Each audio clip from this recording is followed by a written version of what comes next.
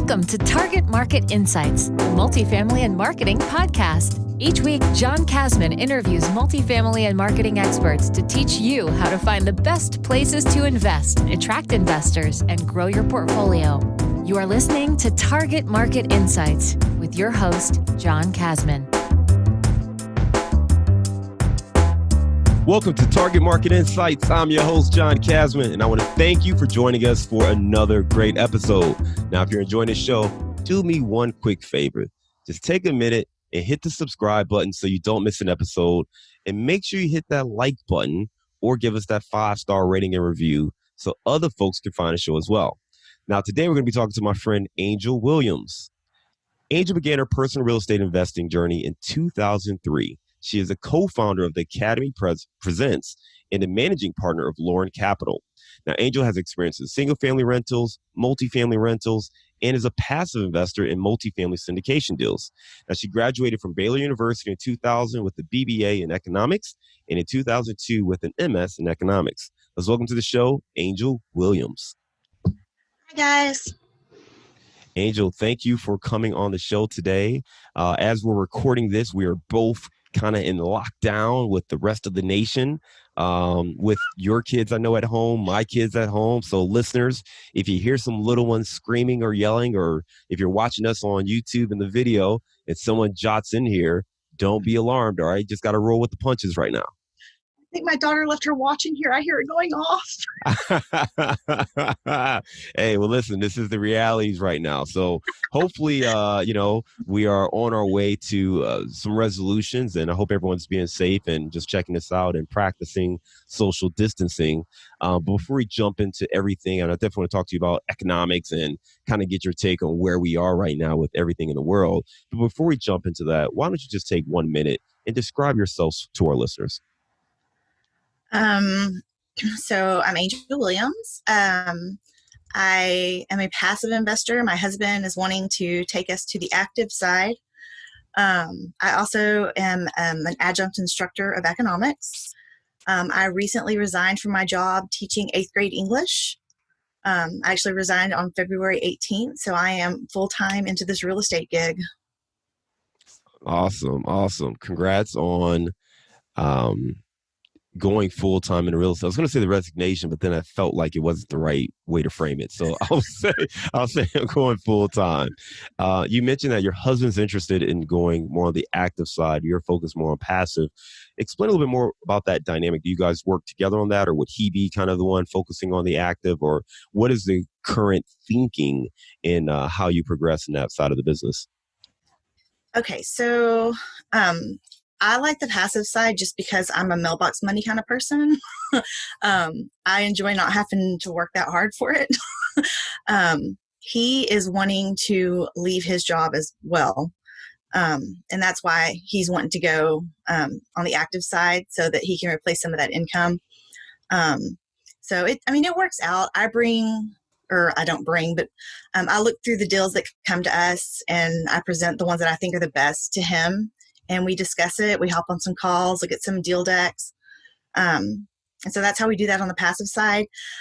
Once he resigns from his position, or once he leaves his position, he'll be able to spend more time looking at those numbers, looking for deals. He is an engineer, so he's a numbers-driven kind of person. So that's kind of how that works out. I mean, when it comes time, I'll probably be the one that reaches out to people because I like to talk a lot. So. Got it. So he's using that engineer mind to break down the data, the numbers and the deals, and understand what's happening. And you love more the conversations, right? Building the relationships and Absolutely. Finding the deals initially, and even courting those initial opportunities. Makes a ton of sense there. We have many listeners who are ready to jump into multifamily. Some folks who are a little cautious on the market. So I want to come back to the market conversations. But can you take us back to maybe some of the initial syndication deals? How did you look at them, and how did you get comfortable investing passively in a multifamily syndication? So the first couple of deals, I don't want to say we went in blind, but we didn't have a whole lot of knowledge. We looked at the numbers, and luckily the operators are great guys. but we just took their numbers as being accurate. We worked through some of them, but just being so naive, we just kind of hoped and prayed that what they gave us was for real. Um, and it was a big leap, and those first couple of wires were scary. But we started getting some cash flow out of them, and one of those first two, they are actually the best communicators.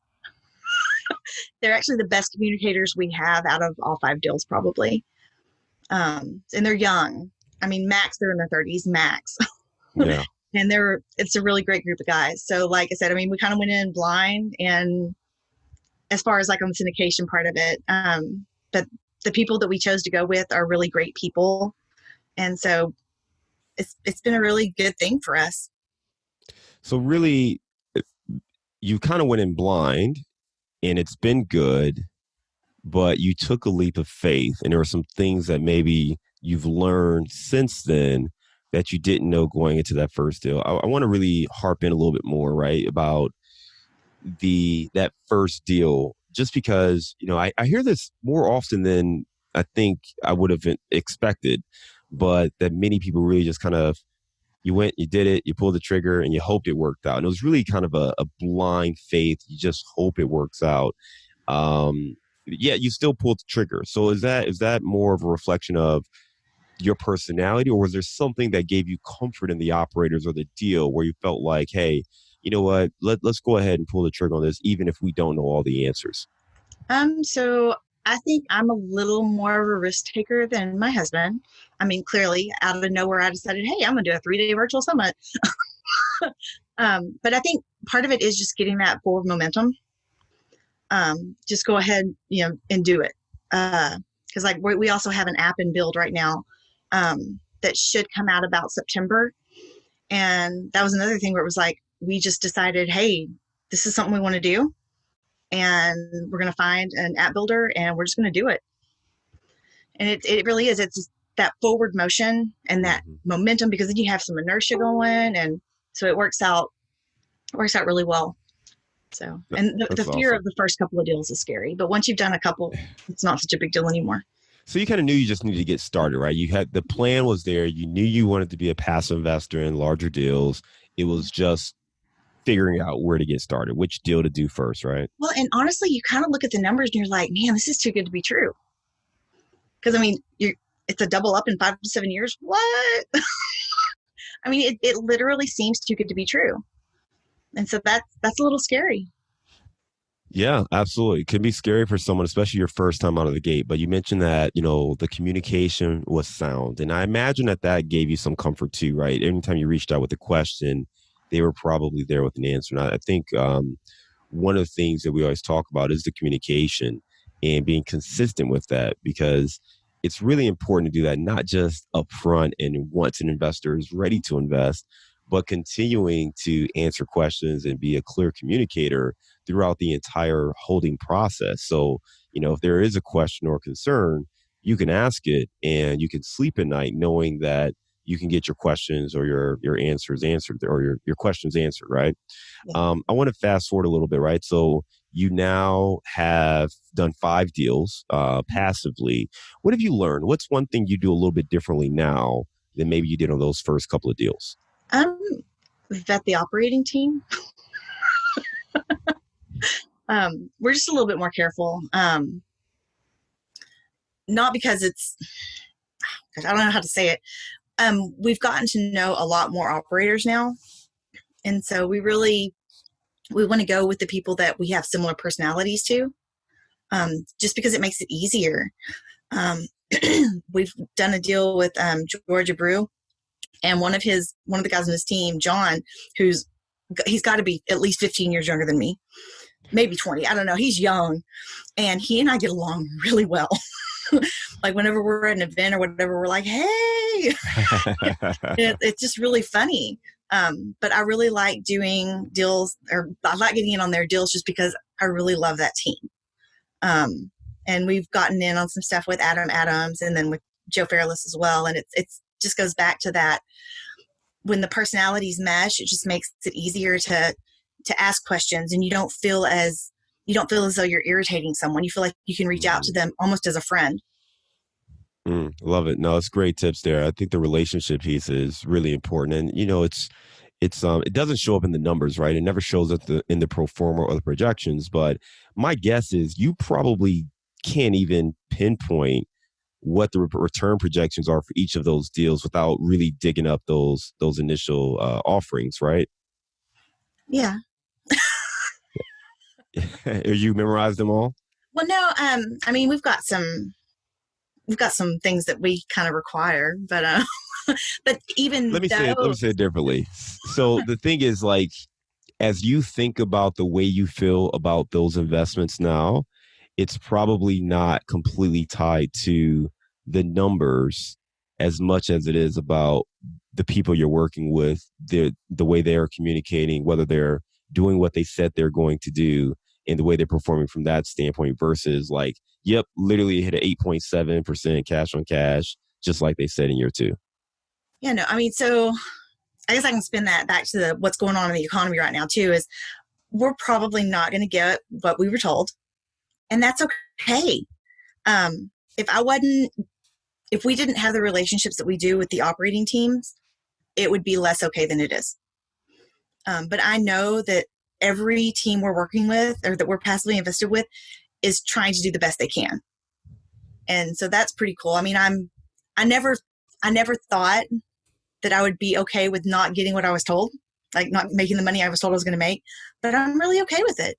I mean, worst case scenario, it takes an extra couple of years to get the numbers they said. But right now, I think we just all have to come together because these are crazy times.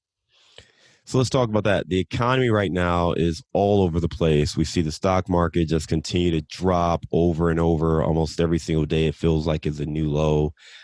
As an economist, someone with a strong econ background, how do you look at the market right now? And I won't put your your views on everyone, but what do you see right now with the market? Let's start there, and then let's figure out maybe what that means for the rest of us. So it's really going to it's going to depend a lot on how far lockdowns are taken. If lockdowns move to a point where hourly workers aren't able to work, I think that's going to have a bigger impact on where we are with the economy than other workers. Because when an hourly worker quits working, they quit making money. And so those will be the people that will need assistance and will be given assistance. But even once they get that assistance, they're going to spend the bare minimum because it doesn't matter who you are right now. You are hoarding your cash and your toilet paper, but mostly your cash. So it's, I think we're just going to see, there's going to be a big slowdown. Is it going to be a recession? I don't know. Definitely there's going to be a big slowdown. But it depends on how far those lockdowns go. If we get to a point where we're not allowed out of our homes, the hourly worker, I mean, that's a huge population in employed persons in the workforce. So if they're not able to earn money, then they're not going to spend their money. And a lot of times those are some of the bigger spenders because their check has more discretionary income in it. Whereas someone who's making more money but working paycheck to paycheck has less discretionary income. So they can't just spend it on whatever they want, if that makes sense. So that's... Yeah, explain that a little bit more. Okay, so discretionary income is basically what you have left over on your income that doesn't have to go to bills or other mandatory payments. So someone that is not salaried often will not have the same kinds of mandatory payments as a salaried worker might. And I hate making those kind of generalizations, but it's something I've seen. And so that could have a huge impact. Another thing too is that if you will watch what you're purchasing. So there's this difference between normal goods and inferior goods. And an inferior good's not a bad. a bad you don't buy no matter what. An inferior good is something that you subconsciously switch to when you're feeling the effects of an economic downturn or even just a stagnation. So it's where you might buy generic bread as opposed to Mrs. Baird's, or you might buy hot dogs and bologna as opposed to ham and steak. And you make those changes subconsciously. You don't even realize you're making them. So what I've been telling people to do is keep your grocery receipts, watch what you're purchasing, because when you notice that your grocery bill is going down in price, that's probably because you've switched into inferior goods and you don't even realize it. So whether or not that's a true recession, that'll be when you're feeling the effects of an economic downturn, when you're personally feeling those effects. So those are kind of just some things that I feel could be going on, but there's just so much dang uncertainty. And when there's so much uncertainty, people just don't spend. So even if it's not because they're an hourly worker with no income coming in, people are going to be less likely to spend outside of what is absolutely necessary, which is also going to have downward pressure on, any kind of production that we have. So Yeah. And it's hard to, as a multifamily investor, I mean, there's two sides to this coin, right? As a human, we're obviously very sensitive to the impact this is having on everyone, not just, the hourly worker, but obviously all of us are right now going through some life changes and some outside pressure that we're not used to, and we're a bit uncomfortable, which we're all managing. We're all going to have to figure it out, which that is what it is. But I think, and that's another piece too, because it's going to be hard to push those rents because, I come from a Hispanic family, so I can kind of say this, but you push rents too much and you're going to have 3 families living in one unit. So that's just kind of the way it is. And so we're not going to be able to see those rents being pushed on renovated units. And there might have to be a period of time where you don't do premium upgrades. You do, the base minimum, maybe the middle level upgrade when you're renovating those apartments. But it's just going to have to, there's probably going to be a 12 to 18 month repercussion period over this. Yeah, and that's exactly what I wanted to get into, right? So as an investor, if you're going in with a value add plan, your plan may have just been blown up, right? If your plan was to go in, you're going to spend $5,000 a unit, you're going to push rents $100, that may not work right now because, you may not have the ability to really push rents. So, one of the things I know some folks are doing are slowing down on renovations, if not stopping altogether, and really focusing on retention, just really focusing on retaining the residents that are already there, finding ways to get a bit creative, but to find ways to really just retain the current residents, maintain occupancy as much as you can, and get through, kind of this cycle that we're probably going to get into. And I think you and I are seeing something similar in the fact that I think the coronavirus obviously has a major impact, but I don't think this is a matter of, okay, in a month or 2 months, this virus is no longer the threat that it is today. Now everything is back to normal. We think that this is going to have an impact that lasts throughout the rest of the year, if not longer. Is that the same? I'm thinking so. I hate to put time limits on it, but I could easily say 12 to 18 months right now, just because there's going to be a recovery, because you'll go from people having $0 to $- to earning again, having to make up the $- just to get back to zero. And then and then the economy can move forward again. So it's just going to take a huge amount of time for us to catch up. Yeah. Yeah. As a passive investor, what are you seeing and what do you want to see from operators or active investors at this moment? So I think we're still pretty early in the game. I don't think a lot's going to change right now. It kind of goes with that whole sticky prices idea. Prices don't change overnight just because the economy tanks. They do on the stock market, but not in the grocery store. So there's going to be a lot of sticky prices. I think that you can probably expect to see people still paying rent for another month or two. Pretty solid. I wouldn't be surprised if at current rents, you don't wind up with 40% vacancy. Just because I think this is going to hit hard because, I mean, places are closing down, like states are closing down. And this is unprecedented. I mean, I've never, ever seen anything like this. So I know, like with our single family homes, one of the things we're doing, or I said we plan to do, is if it becomes a hardship for our renters to come up with their rent, we're going to reduce rent because it's better to get 50% or 75% of the rent than none of the rent. And that's one of the things I hate about single family homes is that when they're vacant, they're 100% vacant. And that just really stinks. Yeah. Yeah. That's the hard part. And I think that makes sense, right? I mean, if you can get what you can, right? This is not the time to try to push and test the market. I mean, if you can get it rented and collect half the rent or collect 70% of the rent, that may be your best plan. And the economic vacancy is probably going to shoot up, and just trying to be proactive in your communications with, residents as well as investors. If you have investors, being proactive in those communications, make sure everyone understands the impact. And while it's not known now, it's probably a good time to start getting people mentally prepared that, hey, it's going to be softer. We may need to tighten up over the next few months here. And let's see if we can ride this thing out. You mentioned that you recently left your job as an economist. What was really the spark for you to say, hey, you know what? I am ready to go full time on the real estate front and focus more on this as opposed to juggling, running kind of being a teacher as well as being a part-time investor. All right. So a little bit different. I gave up my job as a middle school teacher. I'm still doing part-time as I'm teaching college economics. So you just got tired of the kids is what I'm hearing.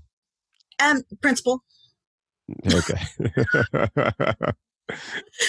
Yeah. So it's just the red tape of it. I mean, I love teaching. I love the kids I taught. It was a low socioeconomic school, very ethnic school. And I love those babies and they love me. And that was probably the hardest decision I've had to make, was saying goodbye to those babies. My daughter still goes to that school, so I still get to see the kids at events and stuff. But it's hard to not be their teacher anymore. But I mean, it is what it is. And so I decided to go into the real estate side of it. I actually decided to go into our educational side of it because I'll always be an educator at heart. So there you go. And speaking of being an educator, you've got the Academy Presents Real Estate Investing Rocks. For those of you who are watching the video right now on YouTube, you can see the logo in the background there. Talk to me a little bit about Real Estate Investing Rocks. What exactly is this? All right. So Real Estate Investing Rocks is a 3-day digital summit. So it's fully online. I've got 24 amazing speakers. And it's not just multifamily or single family or BRRR. I mean, there's wholesalers, flippers, developers. There's multifamily, of course. There's lenders, people who have creative financing ideas, Airbnb, and the platforms to replace Airbnb as it goes belly up with some of the stuff going on. I've got a little bit of everything because I want people to know that there are so many options out there. One of the cool things too is, and they're going to be on in September, but we ran into a couple at BEC that they do parking lots. And I was just like, what do you mean you do parking lots? I'm like, yeah, we invest in parking lots. And it was like, I'd never seen that before. And I was like, oh, that'd be something really cool to have in my next summit, because my big thing is that I want to become known as like, hey, the Academy Presents. That's where you go if you want to learn something about real estate investing. I want to be the first person on people's minds when they think about, hey, I want to find some information about wholesaling, or I want to find some information about flipping. I want them to be like, oh yeah, Angel with Real Estate Investing Rocks. Because I just want to dominate that space. I love it. And the education, you're merging kind of what you were doing and what your passion was, teaching and education, with the real estate component of it, and bringing them together to help educate people.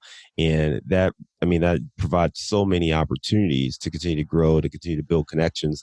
And we know this is a team sport, right? When you talk about, especially multifamily, but when you talk about commercial investing, it's all about the team, right? It's all about the connections that you have, the operators, the contractors, the property managers. It's really about building those relationships. So creating these education platforms is a phenomenal way of doing that.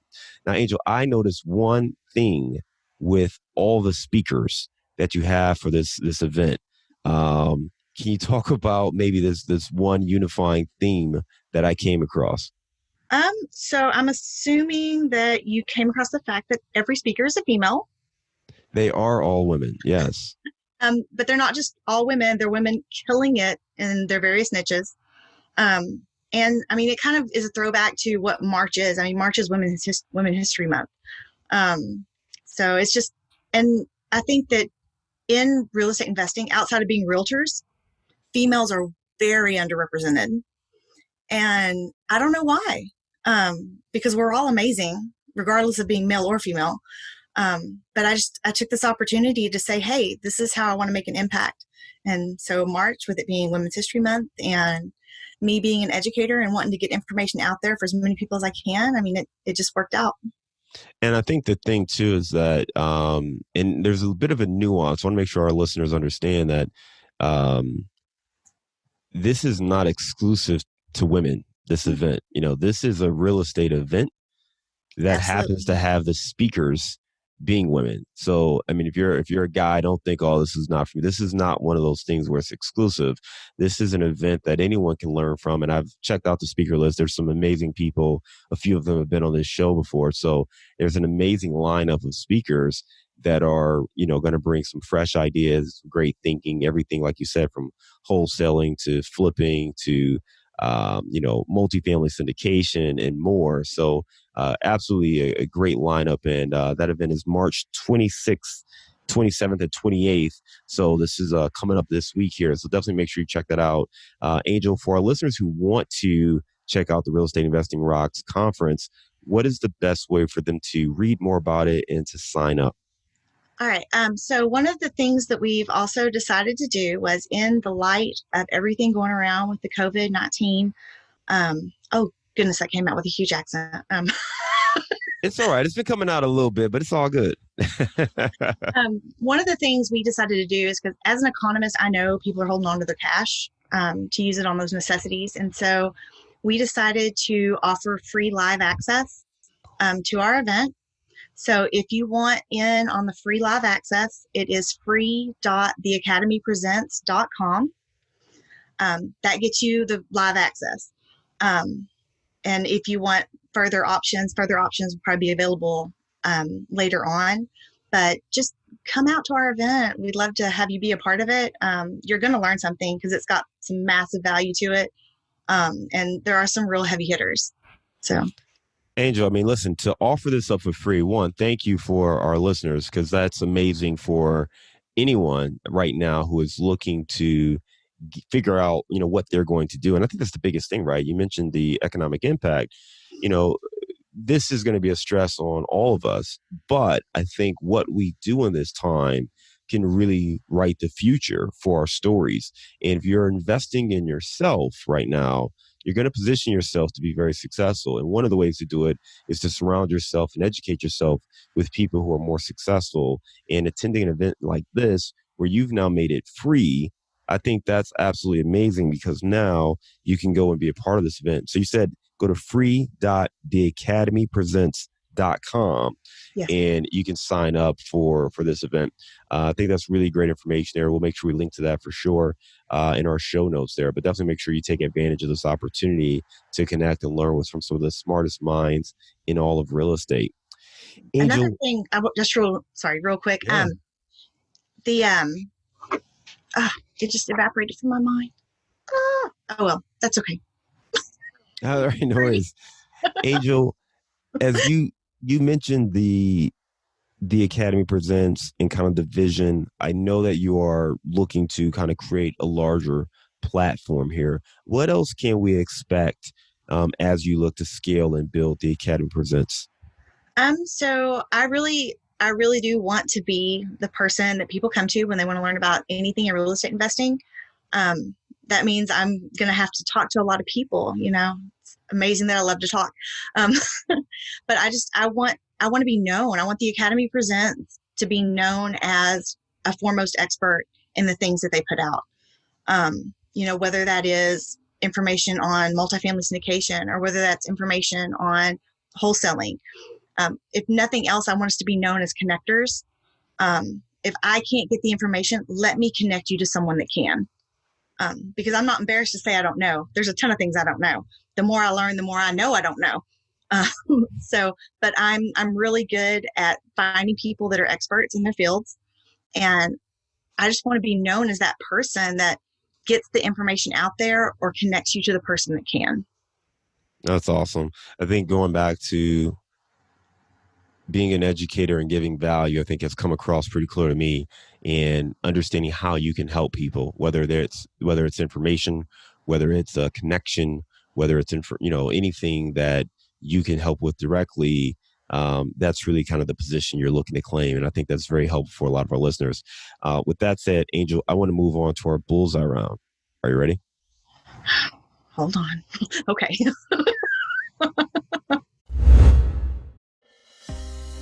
How has a failure or an apparent failure set you up for later success? Ooh. So we'll just take the summit. I had a different set of expectations for it. I wanted to come out of the gate with, have to get a 10,000 people room, and it was going to be amazing. And I had to get my mind wrapped around the fact that the numbers didn't matter, and that the simple creation of the content made it amazing. So it was really a mindset shift. And I think that the mindset shift that has occurred like in the last 2 weeks even is going to set me up for success with the rest of what I do. Because it's hard to not look at the numbers and be like, oh, I wanted these to be different. But getting to the point where you can be like, you know what? It's not the numbers that matter. It's getting the information out there that matters. And helping people to see that there are other vehicles that you can put your money, so you're not watching it evaporate as the market plummets, or as the stock market plummets anyhow.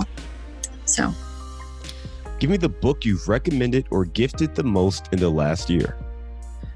So after that chapter in Grant Cardone, it was chapter 10 in the 10X rule, that will by far be the one I recommend to people, because it really does boil down to, what are you willing to do that other people aren't? Because that's where you're going to find your success. Give me a digital or mobile resource you recommend for your business. So we actually just started using, I think it's called Asana.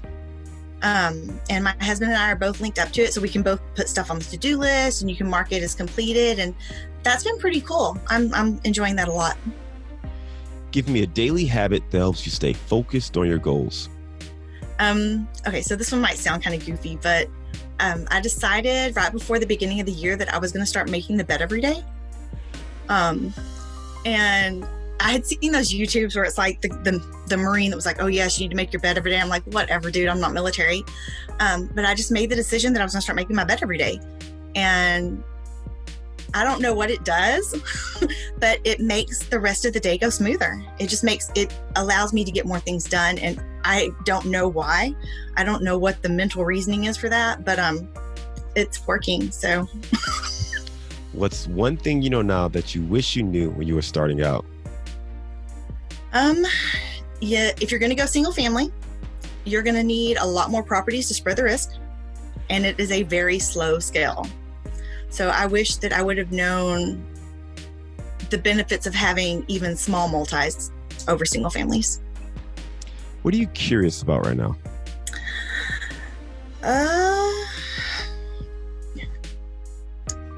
Really just how I can effectively scale the Academy Presents, because and I'm really good at big picture, not so good at details. So getting from what's in my mind to all the steps that it's going to take to get it there is kind of crazy. But that's my biggest thing right now, is how am I going to scale the Academy Presents, because I want it to be huge and I want it to dominate the space. All right. Where do you stay again? Where do you live? We live in Wichita Falls, Texas. Wichita Falls, Texas. I know there's some good places to eat in Wichita Falls, Texas. When all of this is over, you could go back and sit down at a restaurant and eat. Give me your favorite place to grab a bite. There's actually this little Caribbean place, because oddly enough, we have a big population of Caribbean students. And there's this place called Phasma's. The owner was actually in the Miss World pageant representing her island. But they have oxtails there that are absolutely to die for. My whole family loves them, even the 3-year-old. And that will be where we're going. There you go. Love it. Love it. Sounds delicious. And I don't know if I'll ever get to Wichita Falls without maybe a specific reason to come there, to come to your house or something. But if we are ever in Wichita Falls, we'll make sure we check that out for sure. Angel, how can our listeners get in touch with you? So you can get me on Facebook. On Facebook, I'm Angel Renee. On our page, it is Real Estate Investing Rocks. That's probably the best way because my friends alternate between like 4,900 and 5,000. So you can't always friend me. I try to keep it weeded out, but it's kind of hard. So the page is probably the best way to get messages to me, just because that doesn't have a limit on it. There you go. So Real Estate Investing Rocks. We'll definitely make sure we link to that. And I should mention that, Angel, if you are able to squeeze in and slide in before she hits 5,000 again, Angel's given some great information for, those new stay-at-home parents like myself, and really trying to figure out some things and activities to plan throughout the day for the kids. So she's been very helpful with a lot of different things, but great person to know. Angel, thank you so much for sharing so much of your perspective. I appreciate it. In particular, you talking about the economy and kind of shedding some light on things that, we're all, getting ready for and trying to brace for, and seeing what the impact's going to be. And then also your perspective as a passive investor, and just the openness of, hey, I didn't have everything figured out immediately, but I was confident enough with the people and ready to take the shot. And, we'll pay more, what you've learned as far as what to look for in deals and how to vet operators and things like that. I think it's very helpful for our investors and our listeners to understand, things that they can do a better job of as they grow their portfolio. And then lastly, just going through our bullseye round, just kind of reiterating that point, with single family homes, we know part of the issue is you really need a lot to spread out the risk and just to mitigate that. So even small multifamilies, it doesn't always have to be these large scale 100-unit apartments, but even getting some small multifamilies can help lessen the risk. So appreciate that guidance and that feedback there. Anything else you want to say to our listeners before we sign off today? I don't think so. Just come join us at the summit. There you go. We'll make sure we link to that for sure. Real Estate Investing Rocks coming up March 26th to the 28th, and it's free. You got no excuse to miss this thing here. So make sure you check it out. It's free. It'll be a great event, great speakers, great lineup. I appreciate you coming on today, Angel. Take care, okay? All righty, thanks.